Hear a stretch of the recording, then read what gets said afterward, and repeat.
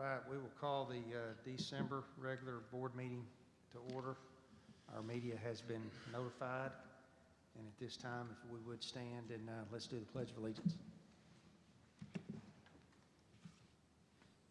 Pledge of Allegiance to the flag of the United States of America, to the republic for which it stands, one nation, under God, indivisible, with liberty and justice for all. I want to thank everybody for joining us this evening. And at this time, I will turn it over to Coach Holt for he can start the December Employees of the Month. All right, this is the fun part of the meeting here. We're going to introduce all of our different schools achieving the awards for Employee of the Month. And we are going to start with Oakland Heights. Oakland Heights. Nope. She's not here. She is quarantined.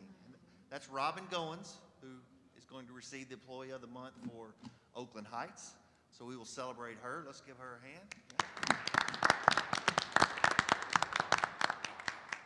And then next we'll have the Secondary Learning Center.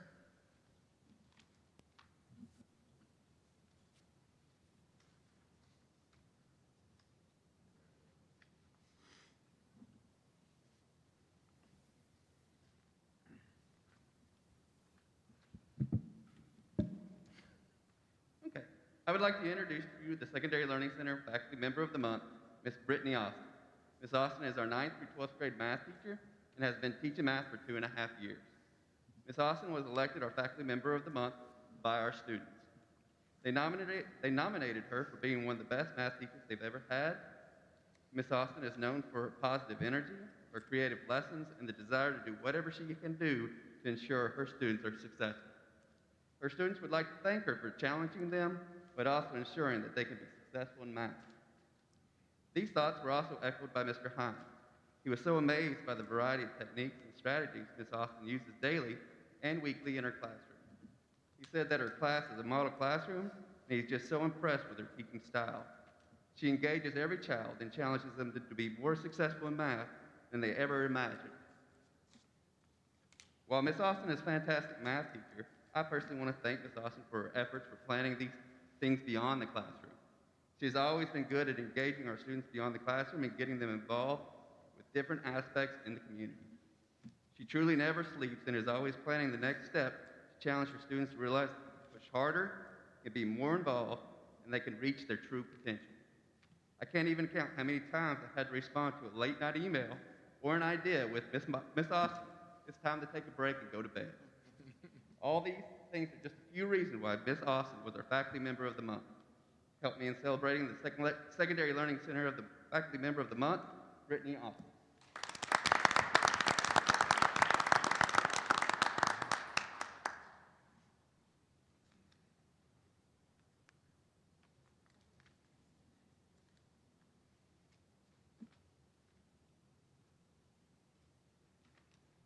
Next we'll have the Russellville Intermediate School. It's my pleasure to introduce to you Elizabeth Ratliff. Elizabeth was hired in the district as a permanent floater nurse this year, and it's my honor to introduce you to her tonight. She has been such a blessing to our school in a year like no other. Our school nurse, Brittany Cunningham, had a beautiful baby boy in September, and Elizabeth became our school nurse, and she has become a true member of our team. She keeps up with who's quarantined and who's not quarantined and what days they're supposed to come back, and you know, all the exposure maybe that has or hasn't happened, but also she takes care of 5th graders and their normal problems that they have and that they see the school nurse for every day. She moved here last December with her family to Russellville, and we are just so blessed to have them here with us. So please help me honor Elizabeth Ratliff as the RIS Employee of the Month.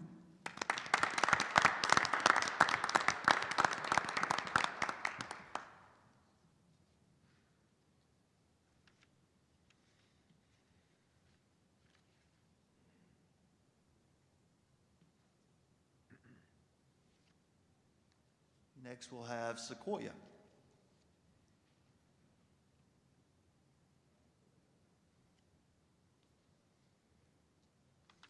Multiple staff members nominated Haley Jackson for Sequoia's Employee of the Month.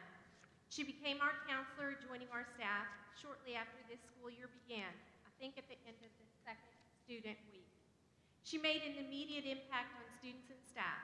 Several staff members in a grade level were quarantined, in fact, all of them, when she first arrived, and in her first 2 days, Haley was going into classrooms to help students and substitutes with Google Classroom. Staff members were texting me from home to let me know how much help she was, and they hadn't even met her. Haley worked very quickly to get to know the nearly 500 students at Sequoia by name. Although another district counselor provides their bi-weekly guidance lessons, she was intentional about making a connection with our kindergartners. She's implemented a 4th grade ambassador program and worked with these students on a variety of helpful tasks, such as packing and delivering food backpacks, making daily announcements, and showing school spirit and pride. She organized school-wide Say No to Drug activities that brought the school together in a way that was greatly appreciated and needed in late October. Haley truly possesses the dispositions one would hope for in a school counselor. Most importantly, she has a heart for kids. She is both compassionate and empathetic. She is a great listener and excellent communicator to all of our stakeholders, the students, the parents, and staff. She is extremely dedicated and an advocate, not only to our at-risk students, but to all of the students at Sequoia. She is very student-focused and committed to meeting the needs of the whole child.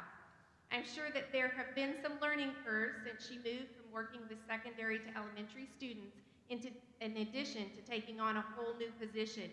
Haley's presence was immediately felt at Sequoia. She brings a lot of positive energy and is a joy to be around. Both students and staff have recognized this. She truly wants to make a difference in the lives of those she comes in contact with, and we're very grateful to have her at Sequoia. Personally, I've known Haley since she was a kindergartner playing on the Sweet Pea RVSA soccer team. I've watched her grow over the years, for several years, and it gives me great joy to honor Haley Jackson, Sequoia's December Employee of the Month.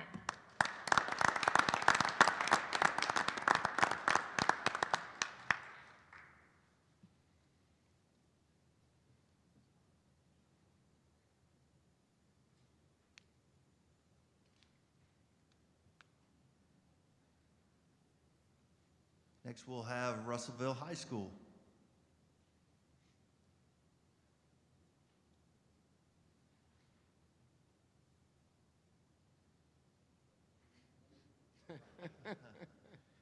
RHS Teacher of the Month is Mr. Stephen Qualls.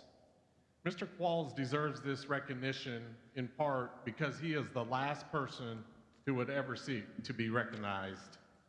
He goes about his business each day without ever seeking recognition. Mr. Qualls cares about his students, loves to teach, and does whatever it is asked of him to make things work in his classroom and in our school. He loves history and the social sciences. Mr. Qualls is the ultimate team player. If you ever ask him to do a task, he always responds positively and gets whatever needs to be done quickly and with joy. Mr. Qualls gets to know his students and uses his relationships with them to make his classroom a great place to learn. Students love him because he cares about their success. Mr. Qualls is also a Quiz Bowl coach. He spends countless hours after school and on weekends preparing for practices, doing the paperwork for tournaments, and coaching in those games and tournaments. One student wrote, "Something amazing about Mr. Qualls is that no matter who you are, he is always willing to help. He gets his point across when he needs to, but above all, he is generally a funny person, both in the classroom and at Quiz Bowl." Another student wrote, "Mr. Qualls is by far the funniest teacher that I have this year. He is always making the class laugh. Even the posters on his wall are funny." I may need to go check them. He makes a class that has a reputation of being hard and easy, reputation of being hard and easy class. He prepares us for the AP exam at the end of the year in a way that makes us feel confident about taking it. He is always looking out for our best interest and checking in on us. He makes everyone feel welcomed, wanted, and comfortable in his class. He is so positive and sees the best in people. Mr. Qualls is a really great person who loves what he does, and that shows each day with our students and with his colleagues in the social science department. For these and many other reasons is why Stephen Qualls is RHS Teacher of the Month.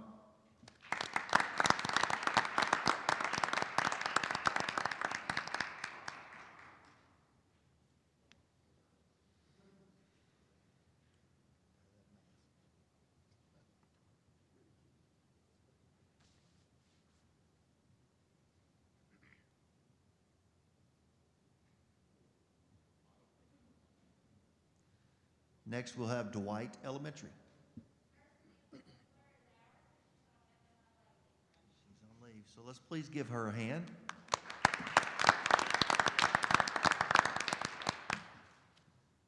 You know, honestly, we cannot thank these nurses enough of what they go through. If you've had any dealings with these nurses and the things that they have to put up with, it's, you know, we're very thankful to have you guys. Thank you very much. Next, we'll have London Elementary.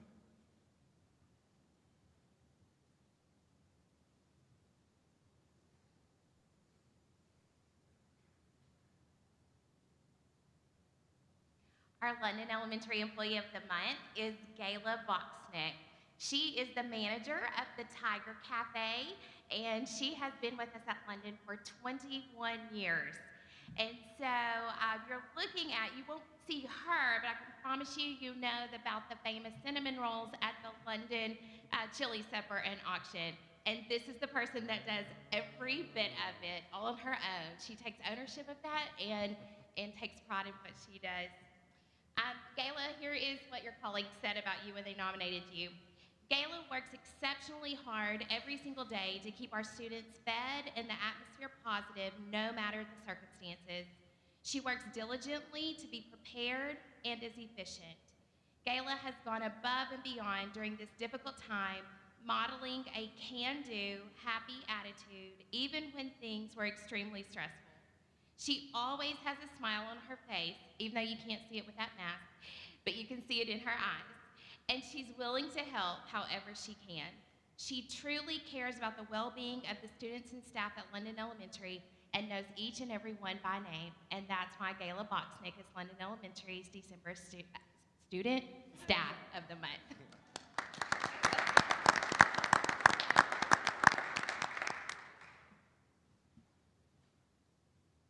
I'm not sure if she sent her video out public, but if you have not seen her 12 Days of Christmas, or actually 12 Days of COVID Christmas, it is incredible.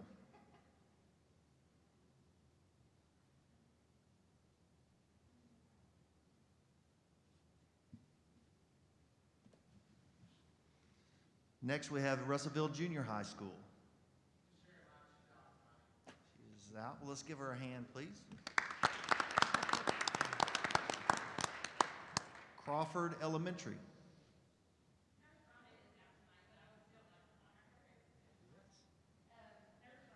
As you just said, our nurses have done so much for us this year, and she just goes above and beyond. She's a nurse, she's a counselor, she's a mother to many of our kids that do not have mothers, and she's also a mother hen to us. When we don't take care of ourselves and our health, she is on top of us and making sure that we're doing exactly what we need to do so that we can be safe for our kids. But one thing I also admire about Nurse Rhonda is, and she shares this openly with us, is just her background and how she grew up. She was a Crawford child, and she can relate so much to our kids, and I think her heart is just so big, and she understands our students and where they're coming from and their struggles, and that just helps us help them be so much more successful. And our students recognize it, our staff recognizes it, and I certainly recognize all that she does for us. So even though she couldn't be here with us, I wanted to take a minute to just recognize everything that she does to help keep Crawford afloat. So Nurse Rhonda, if you're listening, we love you. Thank you. Center Valley. They won't be here. Not here, okay. Center Valley's representative was Rhonda Harris, so let's go ahead and celebrate her.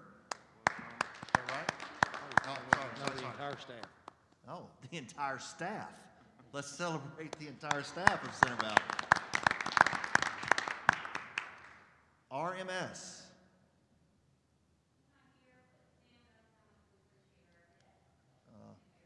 Miss Samantha Ayers, yes, she is the first person you see when you walk into the office, so she's an awesome lady. Let's give her a hand. Central Office.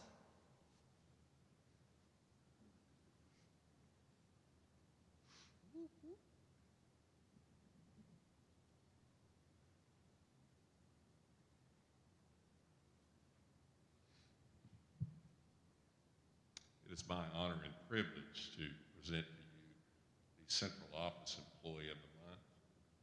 A little bit about her. She's a RHS grad. She works in our payroll office. She graduated from Arkansas Tech with a BS in psychology and now understand why everyone wants to talk to her. She's a mother to Emma, who is also a junior at RHS. She loves hiking and she loves photography. Some of the things that her coworkers said about her: always willing to help anyone with questions, problems, and issues without any complaints. She is super dedicated. She's willing to come early, stay late, or even give up her weekends to make sure everything gets done on time. She's very positive.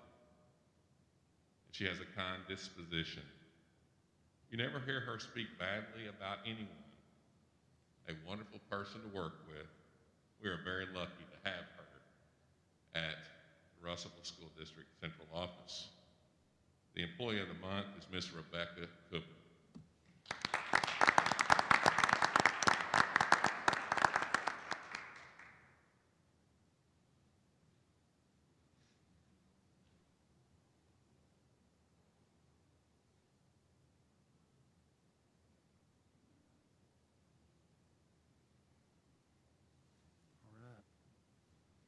Thank you all. Thank you all.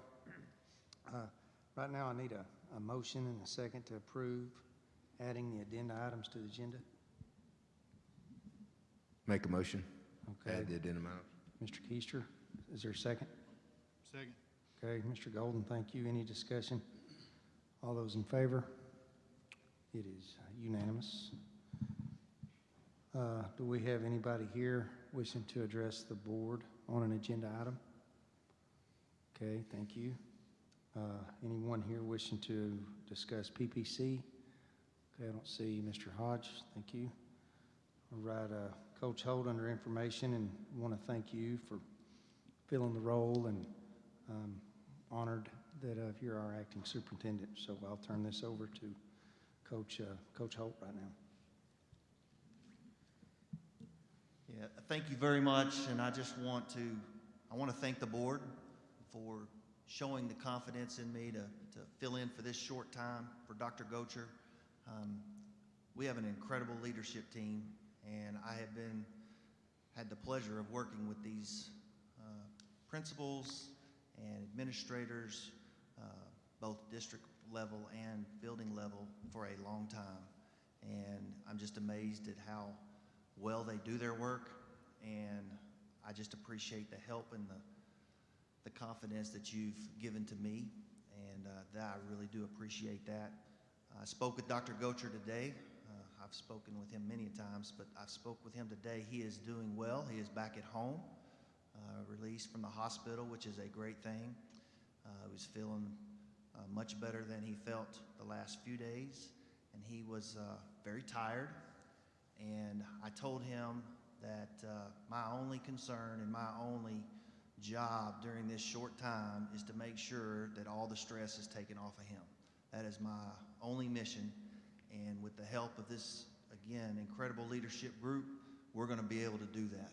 And I would love not to have to call him for any issues that we know that we can solve, because we got the right people to do it. So with that, again, I just want to say thank you, and appreciate the confidence, and, you know, we're going to take care of business while he's taking care of himself. Absolutely. Thank you, Coach Holt. Well stated. And we will go to consent. Is there anything that needs to be pulled from the consent agenda? Okay, hearing none, those will be approved as listed. All right, finance, Mr. Golden, you want to? Yeah, it'll be a little different. Usually, Mr. Robertson goes over the finances in a 6:30 committee meeting, but since we didn't have that, I'll ask Justin to go over that again, and then or for the first time, and then we'll make a motion. And Chris, if you don't mind, Yeah. Mr. Dove, I'd like to ask you a question here a minute after the finance while you're here. And it's no big deal. I just want to get your opinion on something, okay? Go ahead, Justin. All right, well, let's take a look at the period 5, month of November. I don't have it on the screen this one, so you just have to listen to me, unfortunately. Our first funds, our teacher salary fund, we ended with a difference of $53,240. Next funds, our operating fund, we ended with a difference of being up $3,520,559. If you'll notice down there on your sheets, we've got there's 4 big explanations on that one. Of course, every month you're going to hear me say that we're carrying, 1.5 from the prior year being up. Next one's our property taxes. We're up $1,054,000. Now that's budgeted. We expected that with our assessment increase. The next one's our secondary technical training fees. Those are actually paid directly to the state now, so we kind of had a reduction in expenses of $274,000. And the rest of it's really just the CARES money that we're able to spend.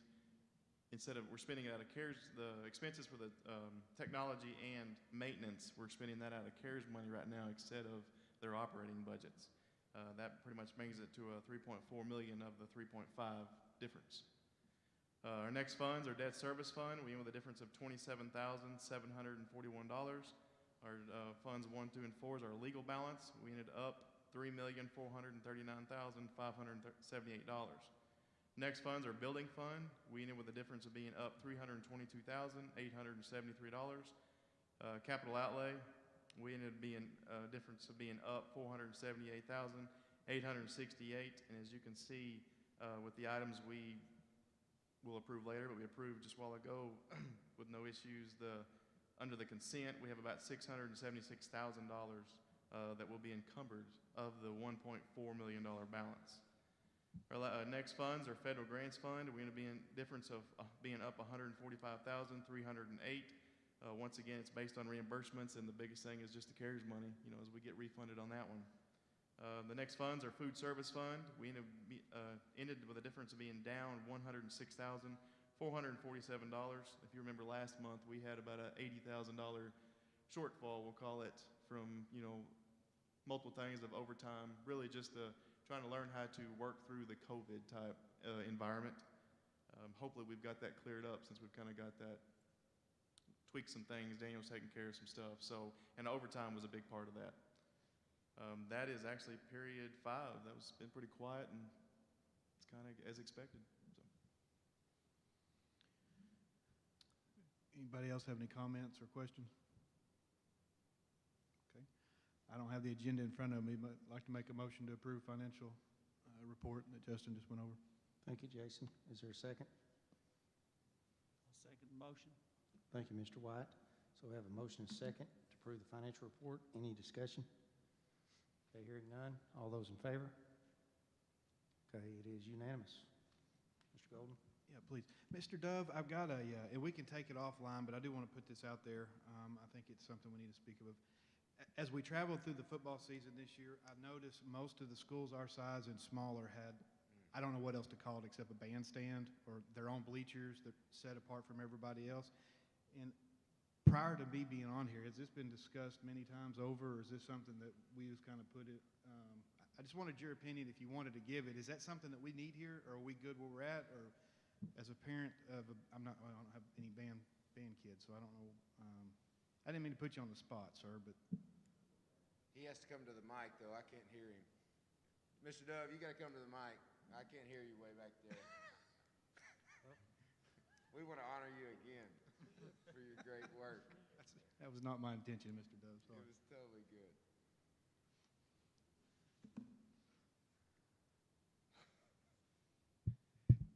It has been brought up several times before. The problem with part of it is how you look at where you would locate one for one, but I would back up from there.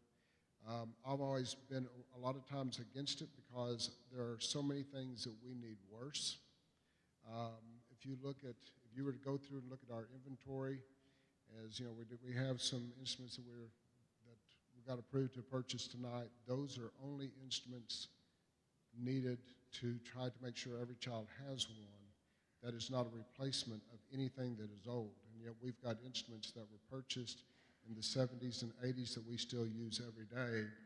And if you consider the fact that it's sort of like buying a car. Most people are not driving a car that was, you know, at least it's for schools. They're not driving them that they were purchased in the 70s and 80s. And yet that's what we're having to do. And so I've always been trying to put our money towards that equipment versus taking the money and using it for some type of a bandstand. There is some merit to them at times, but if you look at Cyclone Stadium and you do it according to AAA rules, the only place where you could put it would be on the southwest corner of our stadium, which that's not really going to benefit anybody from where it is. A lot of places you go and see, for a prime example is Cabot. Cabot has a great bandstand, but they put theirs on the visitor side before that rule went into place in AAA, so they got grandfathered in. And so the benefit of where that stand is located helps the home stands, where everybody else, if you didn't get grandfathered in, you're really not gaining anything. Thank you. I appreciate that.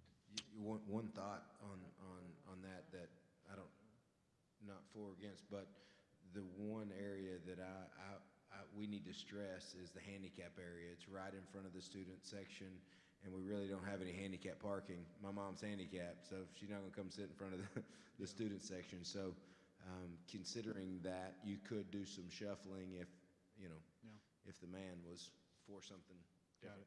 Yeah. Something to talk about in the future. Number two. Oh. He didn't have the agenda. Justin. All right, I think this thing just turned off. We're going to let Mr. Trumper come up and tell us about some good news about some bond refunding.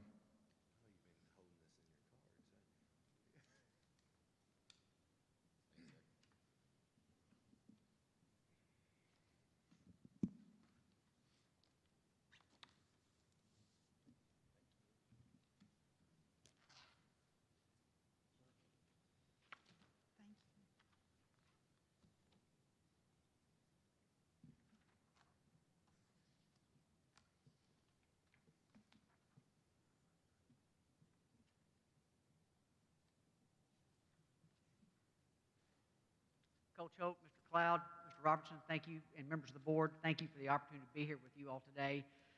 It's exactly, we have some great news to share with you all. We had your refinancing bond sale of your July 1, 2014 issue.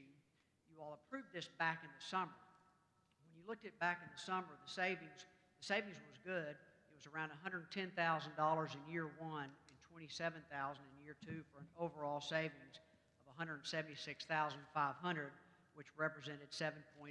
The Department of Education's guidelines are you have to have at least a minimum of $100,000 or 5%, whichever is less. Well, our timing really turned out to be very good. I might be telling you more than you want to hear, but I'll be real brief. There were a bunch of bonds that came to market before the election because folks were not certain how the election was going to turn out in November and then what the results were going to be. So with that being said, after the election, the supply of bonds really dried up, so to speak, but the demand for bonds was still very much there. So when you have more demand than supply, the price goes up. So with bonds, that equates to lower interest rates, and Russellville was able to capitalize on that timing, because this is an issue that we sold in 2020, but we're not going to close until January 5 of 2021, so that the issue can be what we call designated as bank qualified. So if you open up your booklet, the first thing that you see is a proceeds sheet. And I know this board has seen this before with the refinancings that you all have accomplished. It's basically a breakdown of the sources and uses of funds. And so, as I mentioned, we sold $1,815,000 in bonds to refund or refinance the July 1, 2014 issue. Those bonds will be paid off on on February 4th. So the par amount or the receipt of funds, $1,815,000. So here's how that money is going to be spent. We're going to put into an escrow fund $1,756,664.55. That principal amount of dollars there has been invested in what we call slugs, which stands for state and local government securities. It's a treasury security backed by the full faith and credit of the United States. So your interest earned plus this principal amount will be enough to pay off the 14 bonds on February 4th. The underwriter's discount, which is paid to the winning bidder, came in at $29,855.80. The municipal advisory fee, which is paid to Stevens, $19,965. Bond counsel fee paid to the Friday firm, $4,972.50. And then the final fees or the prepaid trustee fees on the 14 issue came in at $1,338, and the escrow agent fee at $500,000. So the net remaining is $1,704.15, and that will be wired to the district at closing, Mr. Robertson. So you'll receive those on the 5th. So the overall savings produced, net of issuance cost, $266,011.07, and you can see a breakdown below that you're going to receive a little over $103,000 2021, so really right off the bat, and then $107,000 in 21-22, $21,580 in 22-23, and then there'll be savings the remainder of your repayment term, but it's less than $5,000 a year. So $266,000 versus about $176. So it was a good sell and a very successful sell. So I think you'll really like the bid when we go through the resolution. Anything that you would like to add? That's it. Or just any questions from the board? If not, if we could briefly turn to the second section, and this is the bond resolution. Again, I know this is a document that you all have seen before. This is the document that needs formal action by the board to proceed forward with the refinancing of the 14 bonds. So I'm just going to go through some quick highlights of this resolution. If you look at section 1, we went out with $1,825,000 in bonds. Based on how the bids came in, we were able to downsize the issue to $1,815,000. And you can see that the district received 4 bids. Samco Capital, and I think they're in Dallas, came in with a 1.3256%, followed by Raymond James at a 1.33, Robert W. Baird at a 1.34, and Cruz at a 1.368, which is kind of interesting, but all very, very tight. In other words, they were all very close to being the best bid to the highest bid. The purchase price was reduced to $1,785,144. That is nothing more than the difference of $29,855, which is what the underwriter is getting paid for their underwriter discount. So that's the difference between the $1,815,000 less the underwriter's discount. If you turn to page 3 of the document, you'll see how Samco is marketing the bonds to their customer base. They have what we call term bonds in the years 24, 26, 28, 30, 32, 34, and 38. What that basically means is they're taking the maturities like 21, 22, 23 and combining it with 24, 25 combining it with 26, 27 with 28, and so forth. They do that because they want to get at least $100,000 plus in each maturity, and you'll notice that they've done that. All the maturities but one are over $200,000. The reason Samco does that is Arkansas banks are typically your biggest purchaser of school bonds, and when they buy bonds, they like to buy them in larger blocks. The interest rate that you see in the right-hand column, based on which maturity the investor bought, that is the interest rate that they are going to receive. So we don't really even hit 1% till 2032, which is quite incredible. So your best rate is 0.40 out to 1.40. Your trustee on this issue is going to be Farmers and Merchants Bank out of Stuttgart. Justin, you'll be working with Carolyn McGraw. You'll like working with Carolyn Pam. She does a great job. Pages 5 through 10 is the bond form. There's 7 maturities. You will continue to make your payments in August and February. That won't change, with your first payment on this issue due August 1 of 2021. So this was a second lien bond issue, which means it's secured by your surplus debt service revenues. And so the issue that was done in 14 was a new money issue that was used for various projects throughout the district. Those are honestly what I think. Oh, one other point to show you. On page 8, even though I showed you that you had term bonds and you had maturities, you know, that were like every other year, you will still be making principal reductions every year beginning in 2023. So it was 23 combined with 24 that gave that first term bond. So you'll still make principal reductions every year, but it's just, again, an investor, for example, an investor bought the 26 maturity, they can invest $226,000, 110 of it will be retired in 25, and then the balance in 26. So you'll still make principal reductions each year beginning in 2023. So those are what I think are the high points. I'd be happy to answer any questions.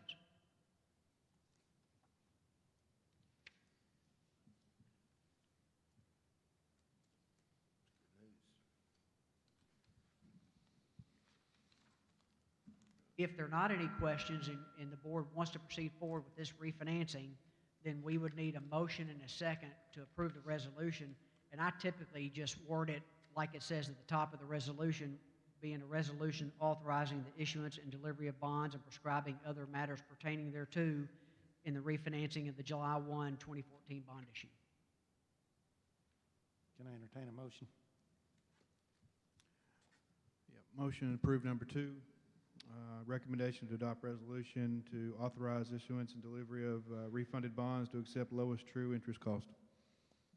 Thank you, Jason. Is there a second? Second? Second.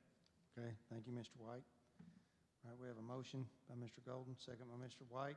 Any discussion again on the motion? One thing to add, Mr. Cloud, the savings that you all receive is totally unrestricted. It can be used for any legal school purpose. Okay. Okay, that was one of my questions. So it could be used for debt service or just, I'm sorry, Morgan. well, it can be used for any purpose. That's correct. Okay. There was a time, and you may remember this, that the savings had to be used for academic facilities and academic equipment because it protected districts that were getting partnership funding or bonded debt assistance, but that law was repealed. I want to say it was either the 16, no, it was either, we got a legislative session in 21. I think it was maybe the last legislative session or the one right before that. So no longer, Justin does not have to put that money in what we call a bond refunding savings fund. It does not have to be tracked anymore, so it's totally unrestricted. So those savings will just show up as debt service. Is that correct? The savings will just be in the debt service payments that we're making. Yeah, and since we make those payments out of operating, it stays in operating. So instead of transferring more, well, we transferred less to pay for the debt service in Fund 4, that negative balance that we have, every month. So at the end of the year, Fund 4's negative balance will be less because we'll make less payments out of that. Because we're making less payments. Yes. That's where we'll realize the savings just in the debt service payments. Correct. Since we combine all 3 funds, that's where we see the savings. So those numbers that you see is that much less that you will have to make. Right. So you're paying yourselves as opposed to a bond. Yeah. Okay. I just would like to keep track of it. Absolutely. Thank you, Morgan, for the questions. In Great. case we need that money for something. Absolutely. I think Jason has some ideas for it. All right. I can't wait to hear those. All right. Can we vote on the motion right now? All those in favor? All right. We are unanimous. Thank you. Ms. Wynn? Thank you all very much. We might need to talk about these Thank you. policies a little Thanks, bit Jack. since we didn't have a meeting prior to this meeting. The first one, approved policy 8.5R, classified sick leave policy to make it equitable to policy 3.8R, licensed personnel sick leave, and the changes are in red. And the way I read that is we were just trying to make our classified the same as our licensed personnel as according to our sick leave policy. So I don't think that's a big change in anything. It's just making the wording the same for both classified and licensed personnel. The second thing, and I don't know if we want to talk about these separately, but the second thing is a new thing for me today. It was a resolution to waive policy 5.1, semester test exemptions for the first semester. And as I read that today, and Mr. Holt called me, and we may want some of the principals to talk about this, but as I understand it, they would not give the first semester test. They would use the first 9 weeks and second 9 weeks grades to 50-50 and come up with their semester grade. And the reason they were wanting to do this is because they're afraid there may be a spike in cases and a lot of absences in when they're giving the semester test in January.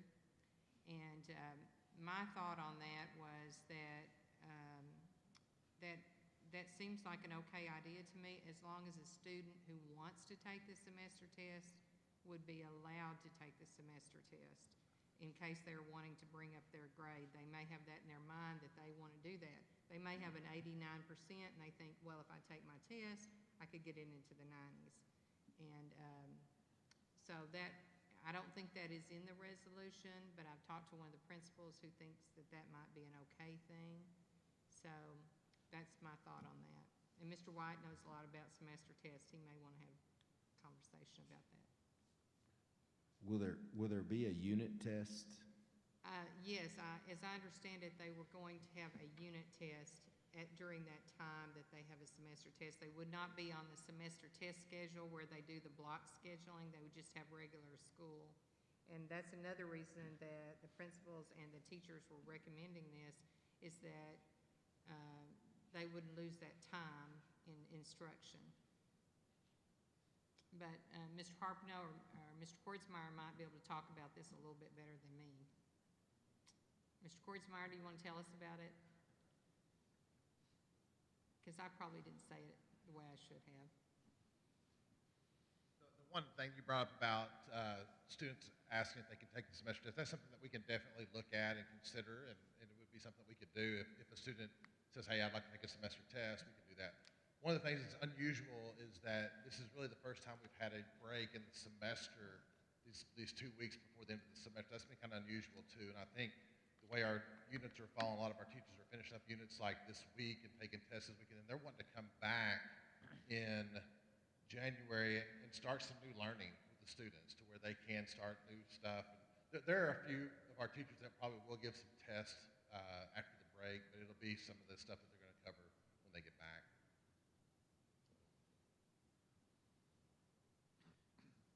I mean, is there any concern about students not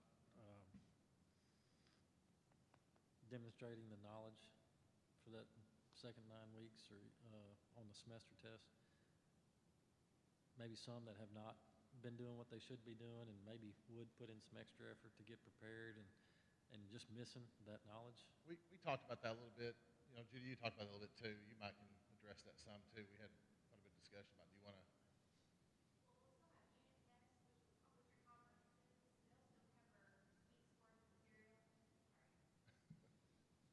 We had a lot of discussion, so we bounced this around. The teachers will still all be giving comprehensive unit exams, so that will be their chance to show their proficiency on probably at least a month's worth of material for the class, the knowledge and skills from second 9 weeks. And our test grades are already weighted, so like what Ms. Wynn was saying, that some students might want to bump their grade up.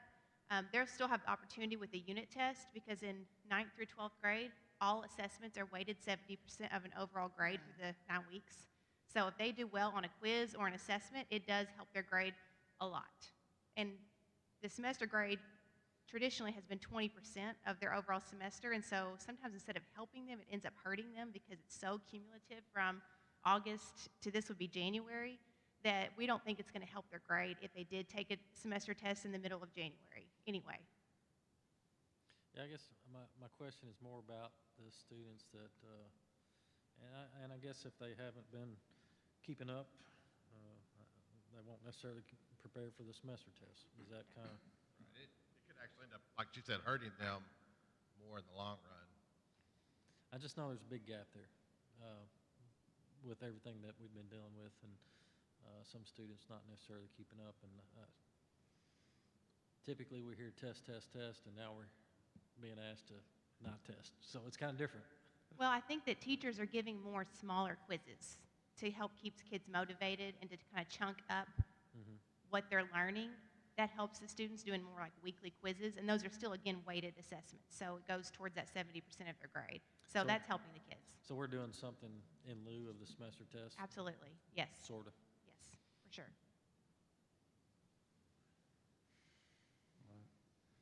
And if you remember, we did waive part of this policy too back in May. Ms. Wynn, correct me if I'm wrong, like if they had a certain number of absences, then they would not be exempt. And so we took that out due to the COVID Right, situation. I think you're right on that. So there was one other thing. And Coach Holt, this is temporary, correct? That is correct. And just to clarify, we're only dealing with 8th through 12th grade. So, you know, that's the only students that'll be affected with this. What, You know, sorry, go ahead, Jeremy. well, what makes it, not that it needs to go lower, but what makes it different? So 6th, 7th grade, or even 5th grade to 8th through 12, is it just the weighting, you know?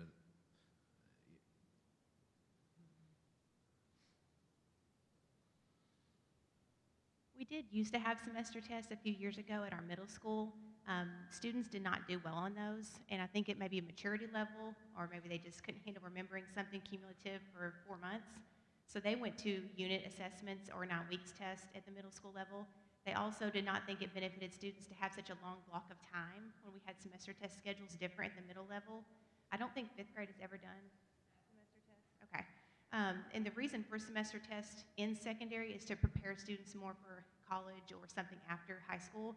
So 8th grade is the start of getting ready for 9th grade, which is when your transcript and grades count. So that was the thinking that 8th grade prepared for the high school experience, preparing for after high school. And one other thing, I was there when we made that transition to not having tests, and we gained an entire week of instruction because when we were giving tests, kids would come take the test and then their parents would check them out. Now, knowing that we're going to have a regular school day that week, we get that whole week of instruction. Ms. Pennington, the only thing I'm concerned about is if a student really wanted to take its semester test, would they be allowed to do that? I would think both principals would support that, yes. Okay. And teachers I should mean, have something already created. I think they would. They might have to make it a little bit shorter because it's going to need to be given in one class period an hour, but it still could be done. I think that's very doable, and the principals have worked, and so the teachers with any students that want to raise their grade right now, they haven't had a lot of kids who are taking that opportunity, but if someone did, they would be willing to do that. Just one final question for me is we're not jeopardizing the level of readiness for any of these students for what's next. We're still planning on having semester tests in the spring, and our unit tests are more rigorous than our semester tests anyway because we have to have the turnaround on our grades so quick for semester tests, for eligibility, for sports for the spring semester, for lots of reasons. So the grading aspect of it is usually quicker on semester tests, which usually means it's not as high level of a test, and so the students are still getting assessed on what they're learning, but at a deeper level through writing, performance tasks, projects, debates, things like that more when they get to do it throughout the year. Judy, I appreciate you and Matt speaking. It helps me see a little bit. My only concern is the initial reason why we're asking for this Miss Wynn is because of a spike. And, you know, if you project out 3 more months, we were looking a year ago to getting out in March, because here we have it. And I just don't want to continue to add this excuse to keep postponing things that are going to create a readiness for our students. And you guys help me see that it is a student-led decision. I just, again, to the board, I don't want to continue to give the excuse, because these kids are moving on to the next grade no matter what. And so if we're not preparing them with what we have now, it concerns me. And so I appreciate, I know y'all have thought through this, so I feel a little better about this. Thank you, Mr. Keister. Ms. Wynn, thank you. Anything else? Do I need to make like a recommendation? You can make a group motion on Okay. 1 or 1 and 2. Okay, I would first of all like to make a motion that we approve the first policy, approve policy 8.5R, classified sick leave policy, to make it equitable to policy 3.8R, licensed personnel sick leave, and I recommend that we pass that. Okay. Second. We have a motion by Ms. Wynn and a second by Jason Golden. Any more discussion on 1? Okay, hearing none. All those in favor? Okay, we are unanimous. Thank you so much. Ms. Wynn, number 2. I also recommend that we pass the resolution to waive policy 5.1. Let me get my glasses. 8R, semester test exemptions for the fall semester of the 2021 school year, with the caveat that we allow a student who would like to take the test would be able to do that. The way I see it is that they're mainly, all of them are exempt, but the ones that want to take it can take it. There probably won't be very many. No, I don't think there's But going to be a I agree line. with you. Some of them may want to take it. I'm really No, serious. I know. Some of the ones I taught at the high school would want to take it because Yeah. they have an 89. All right. We have a motion and Second. okay, and a second by Jason. Renee, you did get all that? You think? Good, awesome. So any discussion on number 2 with the added part to the motion? Okay, hearing none. All those in favor? Okay, it is unanimous. Thank you. Building and grounds. Hey, Chris, before we go on. Yes, sir. Policy, I believe I spoke with you and Dr. Gocher about looking at a policy for local purchasing. I thought we were going to have a meeting on that. I know a lot of stuff came up, but I'd still like to entertain that, and let's have that discussion in a policy meeting. Justin, did Dr. Gocher talk to you about that at all? He hasn't, but I didn't hear the first part of your conversation, sorry. About a policy regarding local purchasing? We have not, I have not. Okay, I'd like to follow up on that. All right.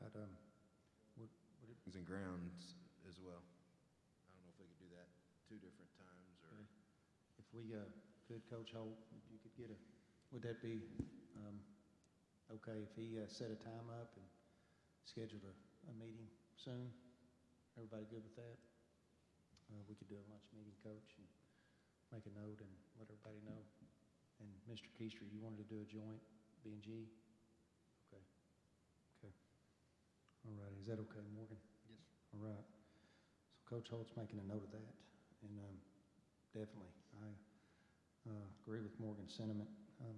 They pay local state taxes to our public schools, and they're the backbone of our community, and we want to try to spend our funds wisely and use local businesses whenever is possible and necessary. So thank you very much, Morgan, for that. I agree totally. So number 11, building and grounds.